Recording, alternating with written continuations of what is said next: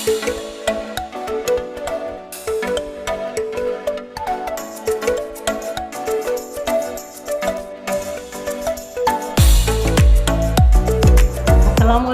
warahmatullahi wabarakatuh.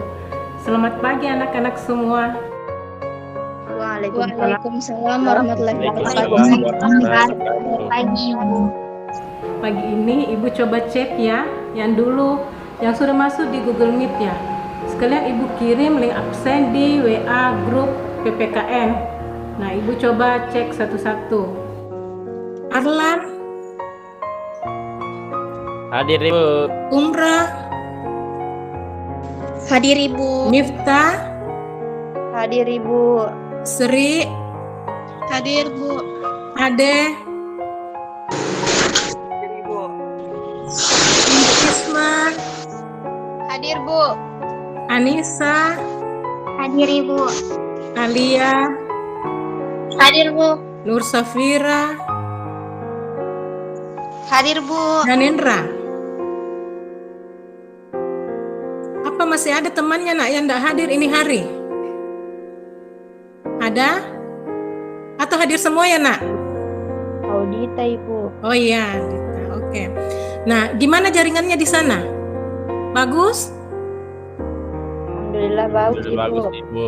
Bagus. Bagus Ibu. Oh iya nak.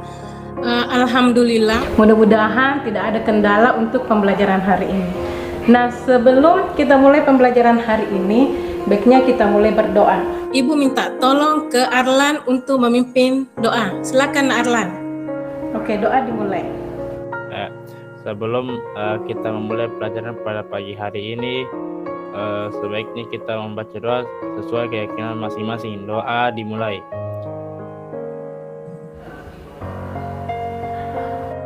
Doa selesai. Terima kasih nak Arlan. Nah, untuk meningkatkan rasa nasionalisme kita, mari kita menyanyikan lagu nasional Garuda Pancasila. Ada yang bisa memimpin lagu? Miftah, bisa nak? Miftah, pimpin lagu Garuda Pancasila ya nak? Arlan mobil.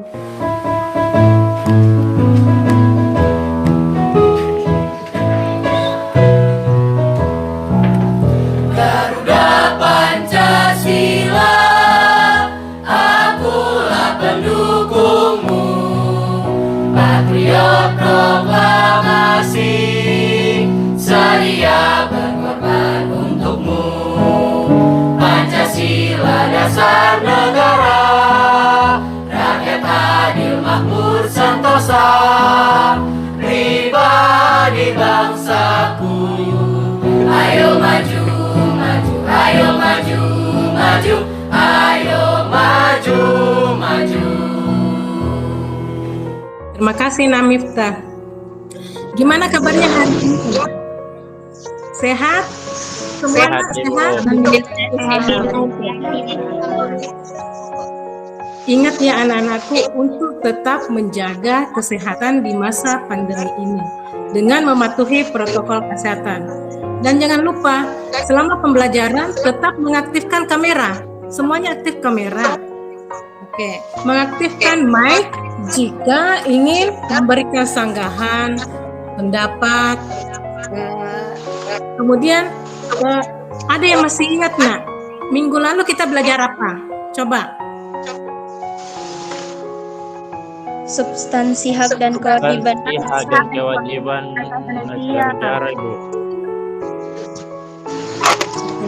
Jadi substansi hak dan kewajiban asasi manusia. Iya. Oke, bagus nak. Ternyata anak-anakku masih ingat pelajaran minggu lalu. Nah, kalau begitu coba Ibu tanya, ada yang masih ingat pengertian tentang hak? Hak nak, pengertiannya hak. Ya, silakan Umrah. Silakan nak Umrah. Hak adalah sesuatu yang telah dimiliki dari kita lahir. Itu saja Ibu. Ya. Jadi hak, ya silakan. Masih ada tambahan? Kalau kewajiban masih ada? Ya silakan Nak Miftah. Kewajiban adalah sesuatu yang harus kita lakukan. Oke, bagus nak. Semuanya masih ingat dengan materi minggu lalu. Nah, sekarang kita masuk pada materi kasus-kasus pelanggaran hak asasi manusia dengan upaya pelanggaran dan penegakan hak asasi manusia. Oke nak. Untuk anak-anakku semua, coba diperhatikan apakah sudah muncul semua di layarnya nak PPT Ibu. Ya Ibu. Sudah. Nah ini, jadi sebelum kita belajar, anak-anakku baiknya menyiapkan perlengkapan belajar yang sudah disiapkan, yaitu buku siswa, materi ajar, LKPD, buku dan pulpen. Ibu kemarin sudah semua kirim link ini di WA grup anak-anakku. Apakah semuanya sudah mendownloadnya? Sudah nak ya? Sudah. Ibu. Alhamdulillah. Oke, berarti perlengkapan belajarnya sudah siap. Nah, hari ini nak, Ibu harapkan tujuan pembelajaran setelah kita mengikuti pembelajaran hari ini, anak-anakku saya harapkan bisa mengamalkan nilai-nilai praksis dalam menyelesaikan kasus-kasus pelanggaran hak dan kewajiban asasi manusia berdasarkan perspektif Pancasila. Kemudian yang kedua, menganalisis kasus-kasus pelanggaran hak dan kewajiban asasi manusia. Setelah itu bisa mendeskripsikan upaya penegakan hak asasi manusia. Setelah itu bisa mengidentifikasi upaya penegakan hak asasi manusia. Nah, setelah bisa menganalisis, mendeskripsikan, mengidentifikasi, Ibu harapkan setiap anakku nanti bisa mempresentasikan dan menyajikan hasil analisis tentang kasus-kasus pelanggaran hak asasi manusia dalam perspektif Pancasila. Itu Ibu sudah bagi kemarin dengan 3 kelompok ya nak.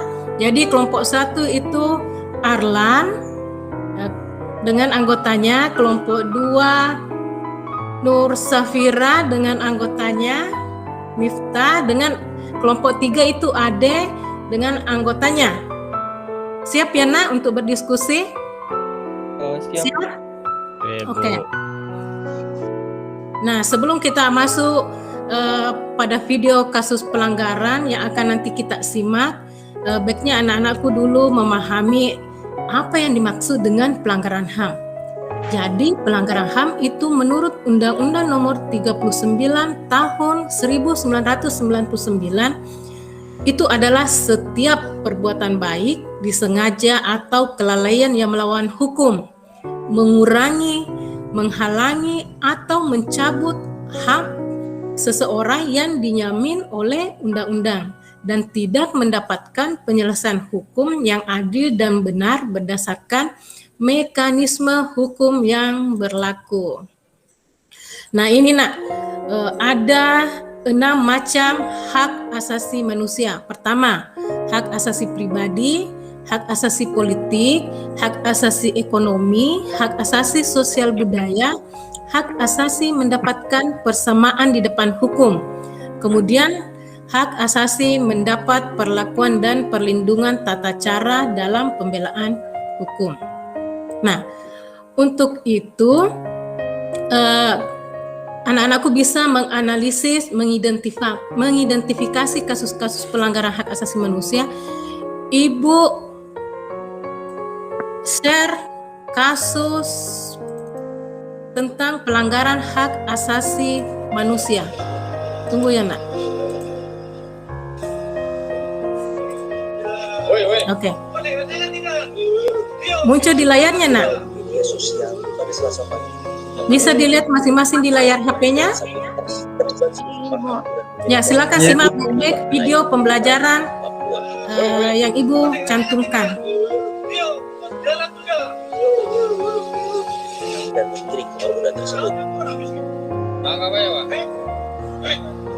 Visual selanjutnya kamu tidak tayangkan secara utuh karena mengandung kekerasan yang tidak dibenarkan. Kejadian di warung makan pada Senin pagi mengundang reaksi publik. Hingga akhirnya pihak POM TNI AU melakukan pengecekan kasus dan kini menahan 2 anggotanya yang melakukan kekerasan kepada warga disabilitas. Kita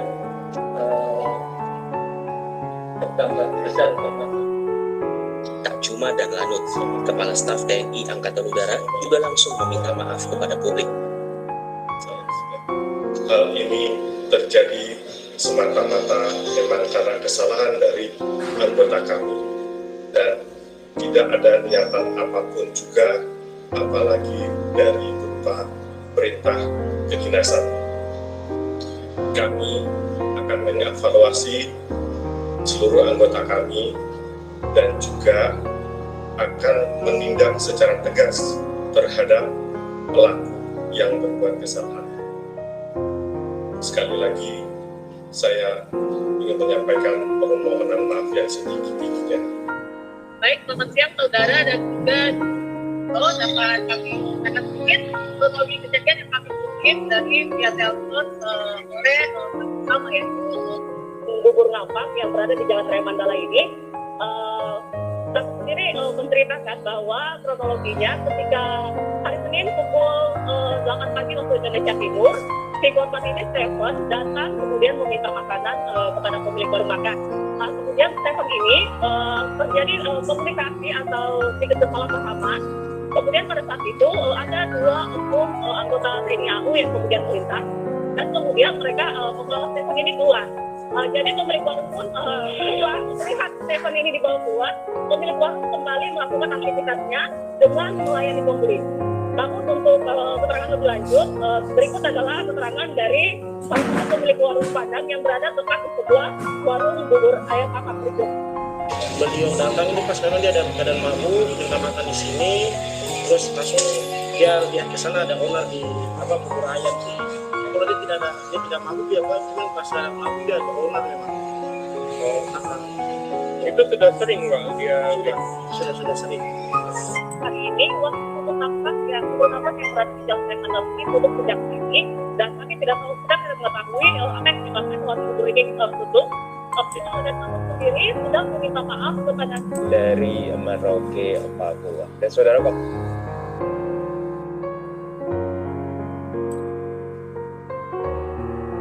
Oke nak, semuanya sudah mengamati video kasus pelanggaran hak asasi manusia yang Ibu tampilkan nak ya. Sudah nak ya, semuanya sudah mengamati. Apa ada yang bertanya? Iya, oke. Ada yang mau bertanya? Atau ada yang bisa dulu menyimpulkan tentang video kasus tadi? Tentang apa nak? Bisa? Coba. Ibu mau bertanya. Ya, silakan nak. Silakan Arlan. Ade mau dulu Bu, Ade. Oh ya, silakan Ade. Ade aktifkan mic-nya nak. Oleh orang yang berkebutuhan khusus. Ya. Itu. Arlan? Bu, yang mana sebenarnya salah Bu? Yang orang tadi mabuk atau anggota tentara? Nah, itu. Terletak dari sisi dasarnya itu apakah mabuk atau yang tentara? Siapa yang salah sebenarnya nah? Nah, tugas kalian nanti menganalisis kasus itu di mana letak terjadinya kasus pelanggaran hak asasi manusia. Di satu sisi orang mabuk ini, ya. Nah, tugas anak-anakku untuk menganalisis di mana letak pelanggaran hak asasi manusia. Bisa ya nak? Bisa? Ibu minta sekarang tiap-tiap kelompok untuk berdiskusi dengan anggota kelompoknya masing-masing tentang video pembelajaran ini, video kasus pembelajaran ini. Nah, untuk itu Ibu kemarin sudah kirim LKPD-nya lewat WA group, kemudian bisa di sini nak, diakses lewat link ini di ruang chatnya bisa. Silakan buka ruang chatnya, di situ Ibu kirim link LKPD masing-masing, tiap kelompok bisa berdiskusi. Silakan nak. Nanti Ibu tampilkan jadi kentara nak ya, siapa-siapa yang aktif dalam pembelajaran ini yang berdiskusi. Ibu tampilkan LKPD-nya. Sudah muncul nak LKPD-nya di layarnya masing-masing? Jelas? Oke, silakan nak. Jadi berdasarkan video dan artikel tadi, ini link artikelnya, kemudian video yang tadi disimak ini adalah linknya. Anak-anakku bisa berdiskusi bagaimana upaya penegakan HAM di Indonesia, solusi apa yang bisa diterapkan dalam kasus pelanggaran tersebut. Diskusikan dengan teman kelompok masing-masing, dan hasil diskusinya bisa dituangkan lewat kolom yang Ibu sediakan. Silakan nak.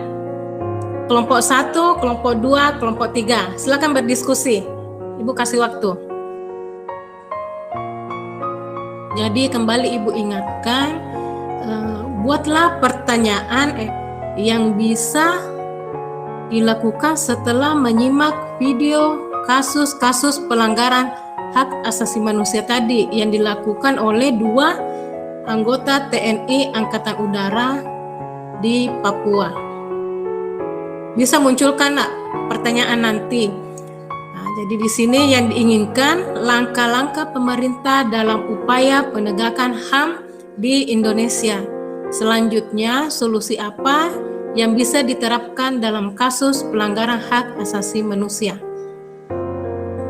Ya ini kelompok 1 sudah ada menjawab langkah-langkah pemerintah dalam upaya penegakan HAM di Indonesia dengan solusinya. Ya, kelompok 1 itu ada Arlan, Sri Rejeki, Nur Safira, Andi Ismahliana. Jadi kentara nak ya, ini kalau kalian aktif berdiskusi lewat Google Docs, ini akan muncul di sini nak.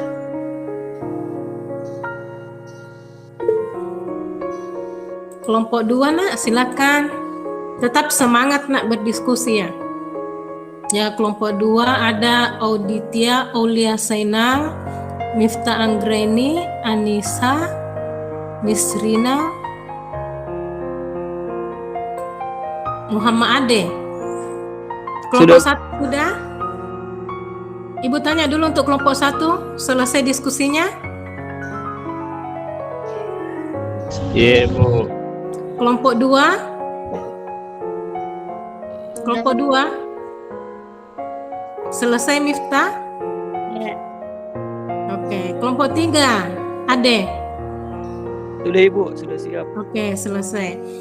Nah, setelah anak-anakku berdiskusi, kita persilakan dulu ke kelompok pertama untuk mempresentasikan dan menyajikan hasil diskusinya.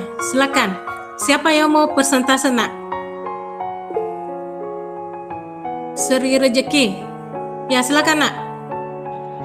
Assalamualaikum warahmatullahi wabarakatuh. Waalaikumsalam warahmatullahi wabarakatuh. Saya perwakilan dari kelompok 1 ingin mempresentasikan hasil kerja kelompok kami. Langkah pemerintahan dalam upaya pelanggaran hak asasi manusia di Indonesia. Langkah strategi pemerintahan dalam upaya penegakan hak asasi manusia yaitu dengan mengeluarkan produk peraturan perundang-undangan dan atau meratifikasi konvensi internasional peraturan perundang-undangan antara lain Kompres nomor 50 tahun 1993 tentang Komnas Hak Asasi Manusia, Undang-Undang nomor 39 tahun 1999 tentang Hak Asasi Manusia. Tahap MPR nomor 17 MPR 1998 tentang Hak Asasi Manusia. Pasal 28A sampai dengan 28J Undang-Undang Dasar 1945. Undang-Undang nomor 26 tahun 2000 tentang Pengadilan Hak Asasi Manusia. Undang-Undang nomor 23 tahun 2002 tentang Perlindungan Anak. Kompres nomor 181 tentang tahun 1998 tentang Komisi Nasional kekerasan terhadap perempuan Intrasno nomor 26 tahun 1998 tentang menghentikan penggunaan istilah pribumi dan non-pribumi. Solusi apa yang bisa diterapkan dalam kasus pelanggaran hak asasi manusia menurut hasil diskusi?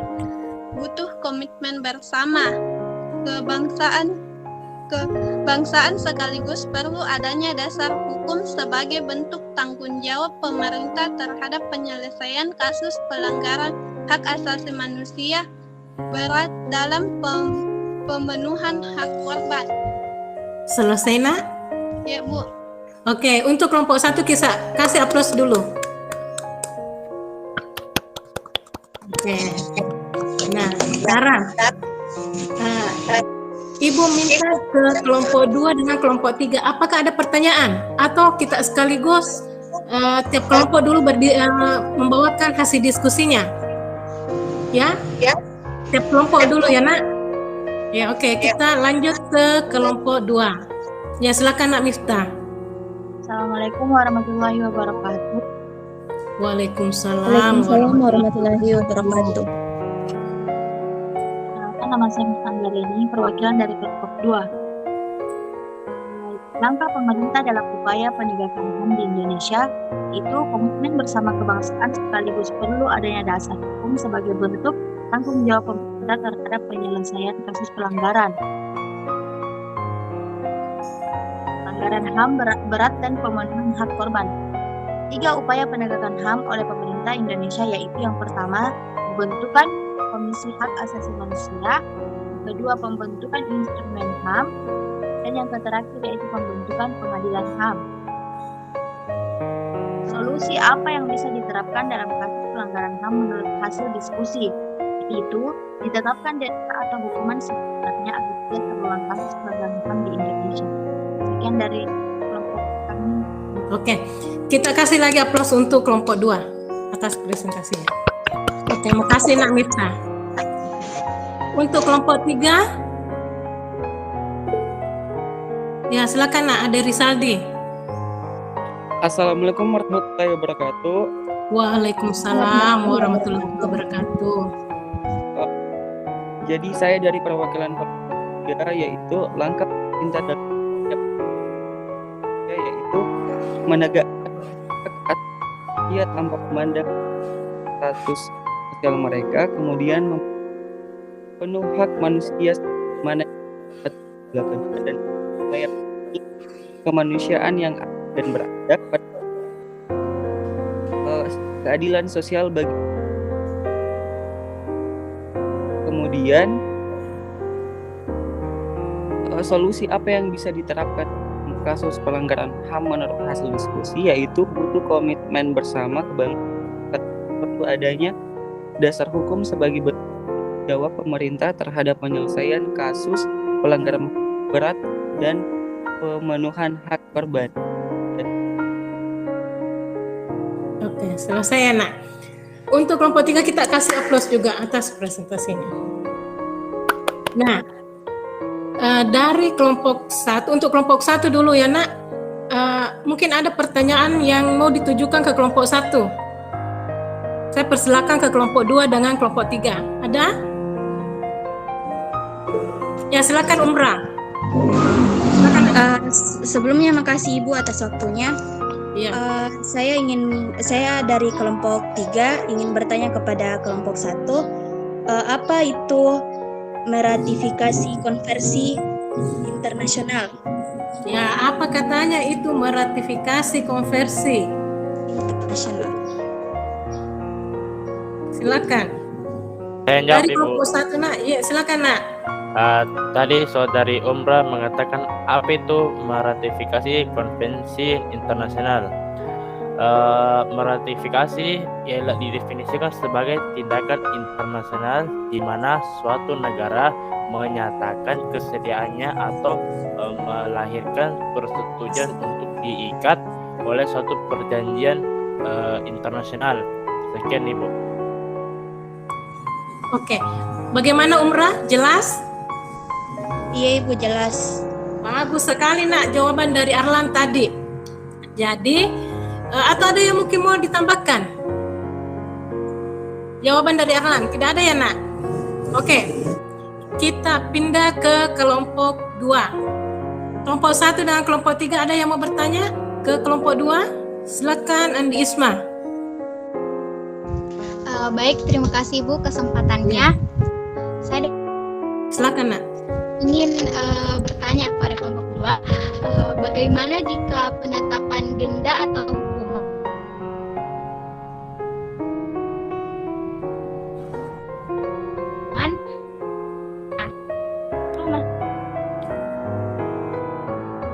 Andi Isma bisa diulang pertanyaannya nak?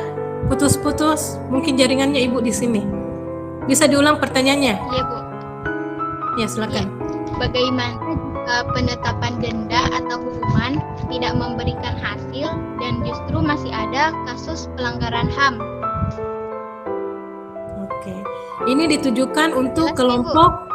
Iya jelas sekali nak. 2 Bu. Ya kelompok 2. Jadi untuk kelompok 2 pertanyaannya, bagaimana katanya jika setelah ditetapkan denda atau hukuman seberat-beratnya itu masih bisa terulang atau tidak membuat efek jera terhadap pelanggaran HAM di Indonesia. Nah silakan nak menjawab. Ya silakan nak. Baik, saya akan menjawab. Ya silakan Miftah. Ya, soalnya yaitu bagaimana jika penetapan denda atau hukuman tidak memberikan hasil dan justru masih ada kasus pelanggaran HAM. Yaitu dengan mengadakan sosialisasi mengenai pentingnya HAM untuk kelangsungan hidup bermasyarakat. Ya, itu. Jadi menurut Miftah, bisa saja itu menerapkan sebuah sosialisasi kepada masyarakat nak ya, bukan hanya sosialisasinya terhadap masyarakat di bagian bawah, tapi ini perlu juga disosialisasikan ke tingkat yang tinggi supaya ini bisa meminimalkan kasus-kasus pelanggaran HAM yang terjadi di Indonesia. Mengerti ya nak? Bisa dimengerti? Iya. Iya. Untuk kelompok 3, masih ada pertanyaan untuk kelompok 3? Kelompok 1, 2? Ya silakan Miftah lagi. Anissa. Ya silakan. Miftah nak izin kita persilakan dulu ke Anissa ya nak. Ya silakan nak Anissa. Baik Ibu, terima kasih. Saya perwakilan dari kelompok 2 ingin bertanya ke kelompok 3. Pertanyaannya itu apa hubungan sila kedua dan sila kelima dalam menegakkan hak asasi manusia Ibu? Ya. Katanya apa hubungan antara sila kedua dengan sila kelima dalam penegakan hak asasi manusia? Silakan. Ya silakan Nak Umrah. Baik Ibu, saya akan menjawab pertanyaan dari kelompok 2, yaitu apa hubungan sila kedua dan sila kelima dalam menegakkan hak asasi manusia. Hubungan dari sila kedua dan sila kelima dalam menegakkan hak asasi manusia yaitu pada sila kedua menempatkan hak setiap warga negara pada kedudukan yang sama dalam hukum serta memiliki kewajiban dan hak-hak yang sama untuk mendapatkan jaminan dan perlindungan. Dan pada sila kelima mengakui bahwa hak milik perorangan dan dilindungi pemanfaatannya oleh negara serta memberi kesempatan sebesar-besarnya pada masyarakat. Demikian Ibu, terima kasih. Ya, terima kasih Nak Umrah. Jadi ada keterkaitan yang sangat erat antara sila kedua dengan sila kelima dalam mengambil langkah-langkah dalam upaya penegakan HAM di Indonesia seperti yang dikatakan tadi oleh Umrah. Bisa dimengerti ya nak? Bisa? Oke. Coba ingin Ibu anak-anakku memperhatikan kelompok 1, silakan memperhatikan di kolom solusi apa yang bisa diterapkan dalam kasus pelanggaran hak asasi manusia dengan kelompok 2. Nah, di kelompok 2 ini dia menerapkan bahwa komitmen itu dia mengambil di langkah-langkah, sedangkan di kelompok 1 dia mengambilnya di kolom solusi. Saya lihat di kelompok 3 ini sependapat dengan kelompok 1. Jadi antara kelompok 1, 3, dan 2 ada perbedaan pendapat ya nak tentang komitmen bersama kebangsaan sekaligus perlunya adanya dasar hukum sebagai bentuk tanggung jawab pemerintah terhadap penyelesaian kasus pelanggaran HAM berat dan pemenuhan hak korban. Nah sekarang pertanyaan Ibu, di mana letak perbedaan kalau kita mau menganalisis ya nak langkah pemerintah dengan solusi yang bisa diterapkan? Apakah sama? Bisa hal keduanya itu bisa dikatakan sama atau tidak? Tolong anak-anakku menjawab. Bisa atau tidak nak? Langkahnya dengan solusinya bisa dikatakan tidak? Ada yang bisa berpendapat? Silakan. Ya, silakan Nur Safira nak. Menurutku Ibu berbeda Bu. Ya, karena alasannya? Langkah-langkah itu Bu adalah usaha dalam mencapai sesuatu, sedangkan solusi adalah penyelesaian atau pemecahan masalah. Ya itu. Jadi kita kasih dulu aplaus untuk Nur Safira nak. Nah, jadi perlu seperti yang dikatakan temannya bahwa langkah-langkah itu diambil sebelum menentukan solusi ya nak. Itu yang perlu dipahami dulu. Jadi sekali lagi Ibu ulangi, langkah-langkah itu harus diambil, ditetapkan sebelum mengambil solusi terhadap yang ingin dilakukan. Artinya solusinya itu akan merujuk terhadap langkah-langkah yang telah diambil atau yang telah dirumuskan. Sampai di sini bisa dimengerti ya penjelasan Ibu? Oke. Karena diskusinya masing-masing tadi sudah menyampaikan pendapatnya dan mempresentasikan hasil diskusinya, ternyata anak-anakku sudah bisa menganalisis kasus-kasus pelanggaran hak asasi manusia dan bagaimana langkah pemerintah dalam upaya penegakan HAM serta solusinya.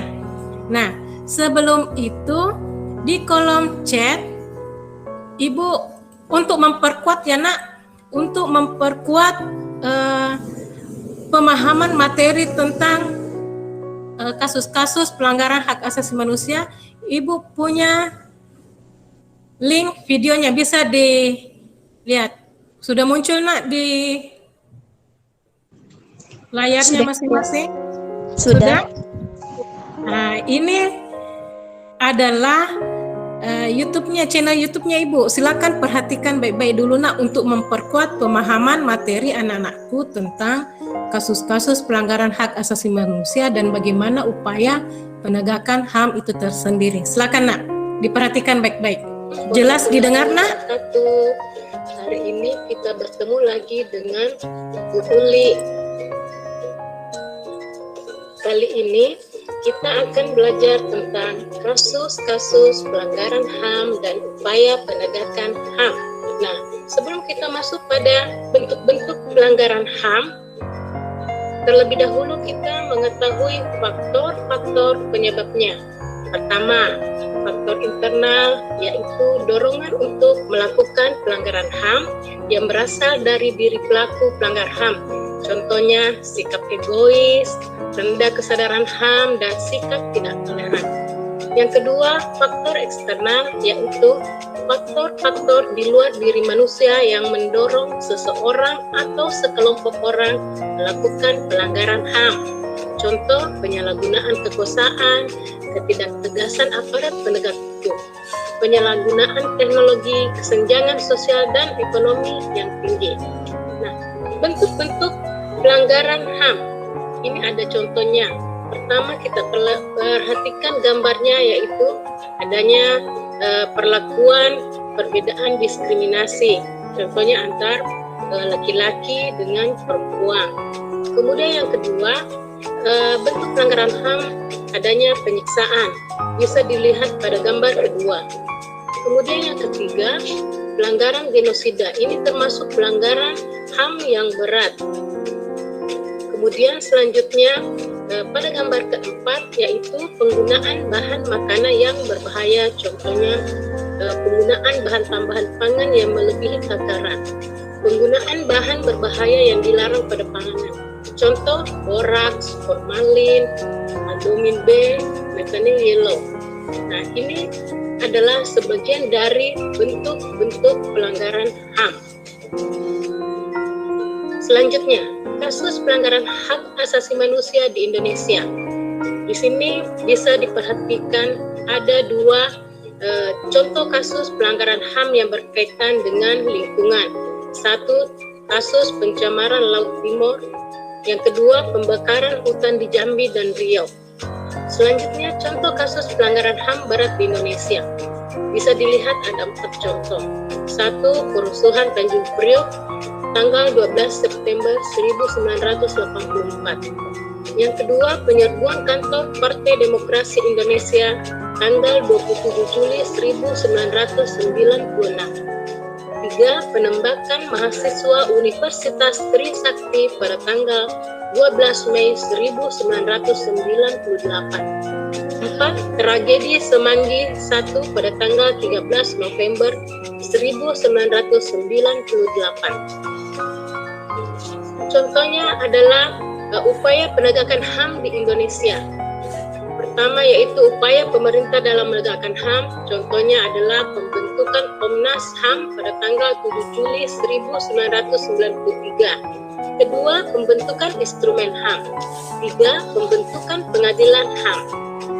Upaya penanganan kasus pelanggaran HAM bisa dilihat dari 1. Upaya pencegahan. Contohnya, supremasi hukum ditegakkan, peningkatan kualitas pelayanan publik, meningkatkan pengawasan dari masyarakat dan lembaga politik. 2. Penanganan. Penanganan bisa dilakukan melalui peradilan HAM yang bisa menjamin terwujudnya nilai Pancasila, yaitu kemanusiaan yang adil dan beradab. Si Anton membeli kubis, tidak lupa membeli tomat. Terima kasih sudah tonton videonya sampai habis. Semoga bermanfaat. Oke, Nak. Itu tadi adalah video pembelajarannya untuk menguatkan pemahaman anak-anakku tentang materi kasus-kasus pelanggaran hak asasi manusia dan upaya penegakan hak asasi manusia. Nah, setelah itu Ibu coba tanya, mari kita bersama-sama menyimpulkan. Hari ini kita belajar tentang apa, Nak? 1. Hari ini kita belajar apa? Kasus-kasus pelanggaran HAM. Ya, 1. Kasus-kasus pelanggaran HAM. Kemudian yang kedua? Faktor-faktor. Solusinya, Ibu. Solusinya juga. Ya, bagus. Masih ada yang mau tambahkan? Faktor-faktor dengan bentuknya, Ibu.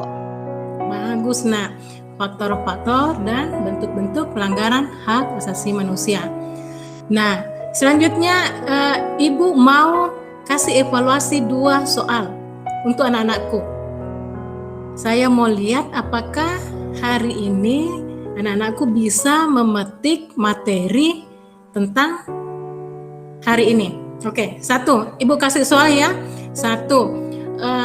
Sebutkan contoh kasus pelanggaran HAM di Indonesia. Siapa? Pembunuhan Munir, Ibu. Pembunuhan Munir. 1. Anissa? Contoh kasus pelanggaran HAM di Indonesia? Tragedi Trisakti, Bu. Tragedi Trisakti. Ade? Ade? Mana Ade?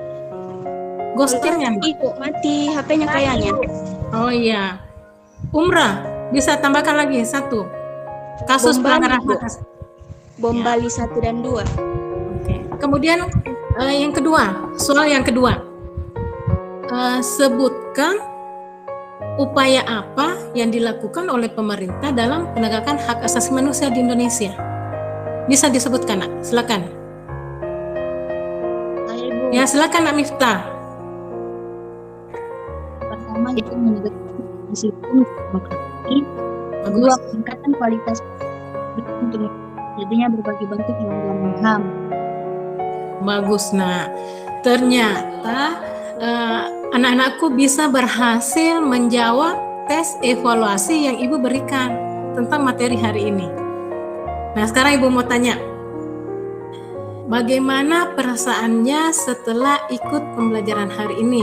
Kalau senang, bisa berikan emoji seperti ini, atau kalau tidak senang, jempol ke bawah. Bagaimana, nak? Senyum dengan senyumnya? Oke, Ibu juga kasih begini untuk semuanya, ya. Terima kasih, nak. Oke, ternyata hari ini anak-anakku bisa belajar dengan senang. Oh ya, Ibu mau tanya, apa yang membuat senang pembelajaran hari ini? Karena apa yang membuat pembelajaran hari ini? Cara mengajar tak, Bu? Oh, katanya cara saya mengajar. Terima kasih banyak, anakku. Karena hari ini anak-anakku semuanya sudah antusias, aktif, support antara satu dengan yang lain dalam mengikuti pembelajaran hari ini.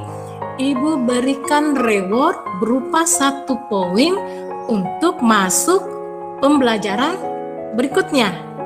Nah, materi pembelajaran berikutnya minggu depan yaitu tentang demokrasi. Materi demokrasi Ibu akan bagikan linknya lewat WA group, materi ajarnya, LKPD-nya, buku siswanya, ya. Jadi sebelum hari H, Ibu harap anak-anakku mendownload semua perlengkapan belajarnya, ya, nak. Siap?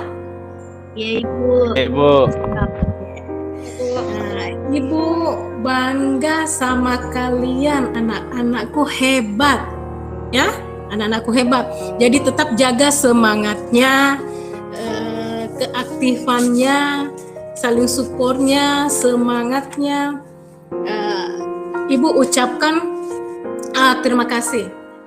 Jadi saya rasa untuk hari ini pembelajaran sudah cukup. Saya minta kepada Arlan kembali untuk memimpin doa untuk mengakhiri pembelajaran hari ini, nak. Silakan, Arlan. Oh iya, Bu. Marilah kita mengakhiri pertemuan pembelajaran pada kali ini dengan berdoa sesuai keyakinan masing-masing. Doa dimulai.